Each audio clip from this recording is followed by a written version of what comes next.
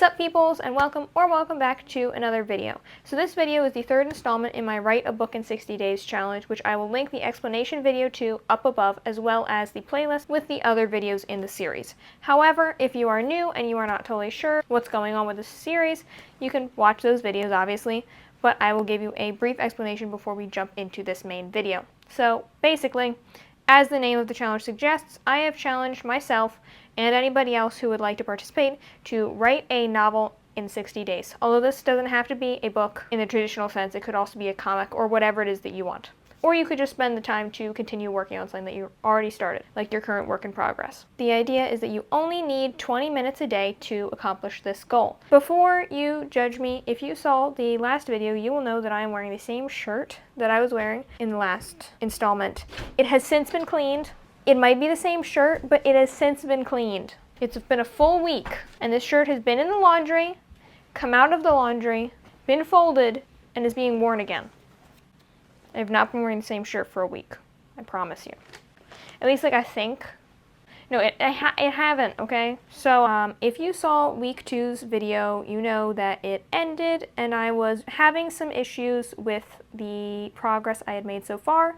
I had actually cleared 10,000 words and was going on 11,000. And that was an amazing feeling. However, the first day of this session, so day 15, I actually deleted 8,000 of those words. Yeah. Basically, I took it off of my free write, put it onto Google Docs, and I read it. I read as much of it as I liked, and when I got to a point where I started hating it, I just deleted from that point onward. I still have it somewhere. It's not gone forever. If I want to go back, I still have it. I really think that even if you write something and you hate it, you should keep a version of it somewhere for later perusal in case there's an idea or a character or just even a sentence that you like and want to use again. So I have tons of notes, poorly organized, scattered around the house and the cloud. So basically, I introduced my character, my protagonist. I introduced the base plot. I had her leave her apartment, drive down the street, and arrive at a new location, and from that point onward, I hated it. And so I deleted it and started again. So I kept the about 2,000 to 3,000 words that were the opening segment of the book. So I started over from that point. I did an outline chapter by chapter. So I actually laid out, I think it's about 19 chapters worth of writing and what I would like to accomplish in each of those chapters. It has been hard. I'm gonna be totally honest with you. This is great practice and a really eye-opening experience for me because I always thought that because writing a comic book, I don't know if they're any good, but it's fairly easy for me to sit down, get in flow and just write. And then I just am usually, after a good amount of editing, fairly happy with whatever I wrote. And I just sort of assumed that maybe natural inclination, I don't know, to comic books and scripts and things like that would also apply to novels. Fun fact, it does not at all. So yeah, I was writing this novel assuming it would be sort of easy, which is a little bit naive and a little bit arrogant of me, I now realize, to just be like, yeah, I can write a comic book, I can write a novel. They are different skills. And I can write a comic book and I cannot write a novel. I can't. I don't know what it is about them, but they are just, it's not even that the writing is bad. It's not terrible. It's just not satisfying. I don't read it and go, that character is coming off correctly. I read it and go, this needs so much editing. So much editing. So much. But I digress. There are some problems with the novel, but I am forging ahead nonetheless because I think it is important for me to not give up, as is my initial inclination. The moment I started noticing problems, I wanted to go, I don't write novels, this isn't a problem, I will give up. But no, this is something that I need to do. Well, this is something I feel I need to do, and I'm going to do it. Probably fail. So, that's why I said challenge. So, yeah. After ditching a lot of my novel writing progress, I started back with about 2,000 to 3,000 words. I I didn't feel very motivated to write, and I kept putting it off, and that's why there wasn't very much filmed for this, because whenever I would write, it was usually right before bed, and I was just sleepy and it was dark, and like, I was just not in the right mental headspace to be chatting about it, because I didn't want to do it. But I'm glad now that I pushed through, because I think this is going to make me a better writer in the end. Just over the course of these like 3 weeks, I have gone from averaging about 500 words in 20 minutes to 1,000 words in 20 minutes. And if you want to put that in perspective, 500 is about the average, so 1,000 is twice that, and that's twice what I started at.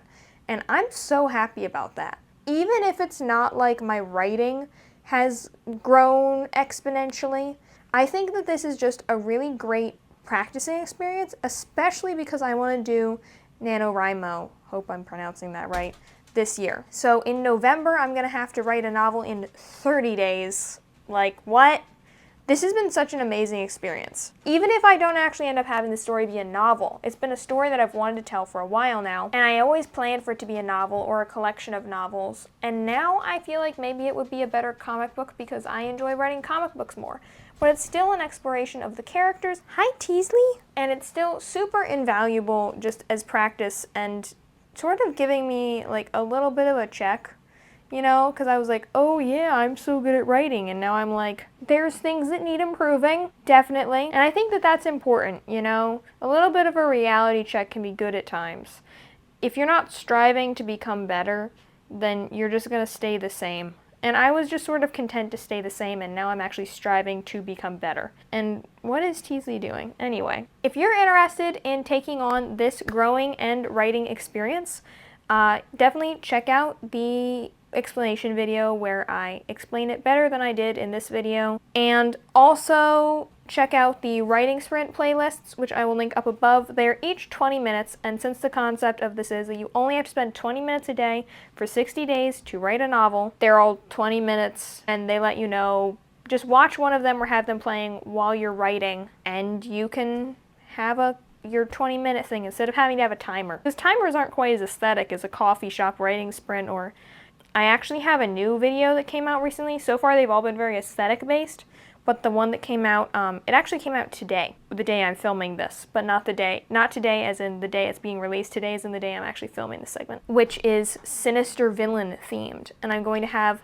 spoiler alert, a hero themed one coming soon as well. So yeah, just if you're, whatever you're looking for, I will try and have it. And if you have an idea for a sprint that you would like, comment it down below or in the comment section of one of my sprints, and I would love to make that, because these videos, they don't take me too long to make, and I feel like they would be cool to have a whole collection of them on my channel for anybody who's looking for any vibe. Continuing with my progress, I am now at something words. I think I hit about 4,000 officially last night as my total, plus the 2,000 that I had saved from my previous draft, for a total of about 6,000 now. My progress has been fairly slow this week because I'm not feeling super motivated, but I'm hoping that next week that will change and I will start making more progress. I do really like the characters and the story I'm trying to tell. I just sort of get discouraged when I don't feel like they're coming off correctly, and I keep feeling that this whole time. And I think part of that is just that, like, it's set on Earth. I have only ever really written science fiction. This is a science fiction story. It's very science fiction-y. It's set in like a futuristic version of the planet Earth, but it's still set on Earth, and it's supposed to at least resemble the world we live in. So whenever I hit something like a character's job or where they grew up or anything like this, like, I want it to actually scientifically make sense, even though it's in the future, and that just like messes my brain, and I start second guessing myself. Like, I've discovered from this, I don't like writing things set on in our world. Thank you so much for watching this video. For sticking around to the end, I will give you a writing tip, as I said I would in all of these videos. Speaking of science fiction, I actually had a tip in this video recently, which I will share here as well, about jargon, which is something I had never really thought about, but I've been thinking about recently because I'm writing a scientist character, which makes me instantly feel like I need to know all the terminology, which I don't. But jargon can be really useful in making your world and your characters sound knowledgeable and helping draw your characters in. But you do have to be careful because too much jargon and instantly it has the opposite effect, and your characters sound very cartoony and fake and like they're just spewing made up nonsense words, and it takes people out of your world. But if you can do it properly with just the right amount of balance between too little jargon and not enough, those are the same thing. Too little jargon and too much jargon, if you can walk that fine line right in the middle, right here, that would be great. And I think it would really give your story a boost of credibility. I mean, think about what having good names for your science fiction plants can do, and then add that to just like the way people talk. Mind-blowing effects, guys. So cool. Think about just in Star Wars, people calling the space engines hyperdrives. In a way, that's sort of jargon, right? You have your own name for all the parts. It's not like they call it space engine. Like if they were just like, the Starship engine is damaged. You're like, okay, the Starship engine is damaged. If they're like, the hyperdrive is malfunctioning. You're like, what's a hyperdrive? You sound knowledgeable. This is a unique universe. So yeah, there's my writing tip. So for this week, if you want to do what I'm doing, all you need to do is write 20 minutes every single day at any time.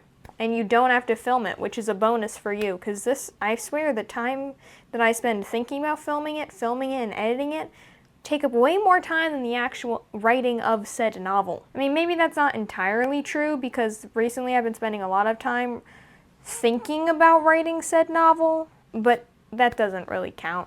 My dog is doing something really cute, and I'm gonna go hang out with her.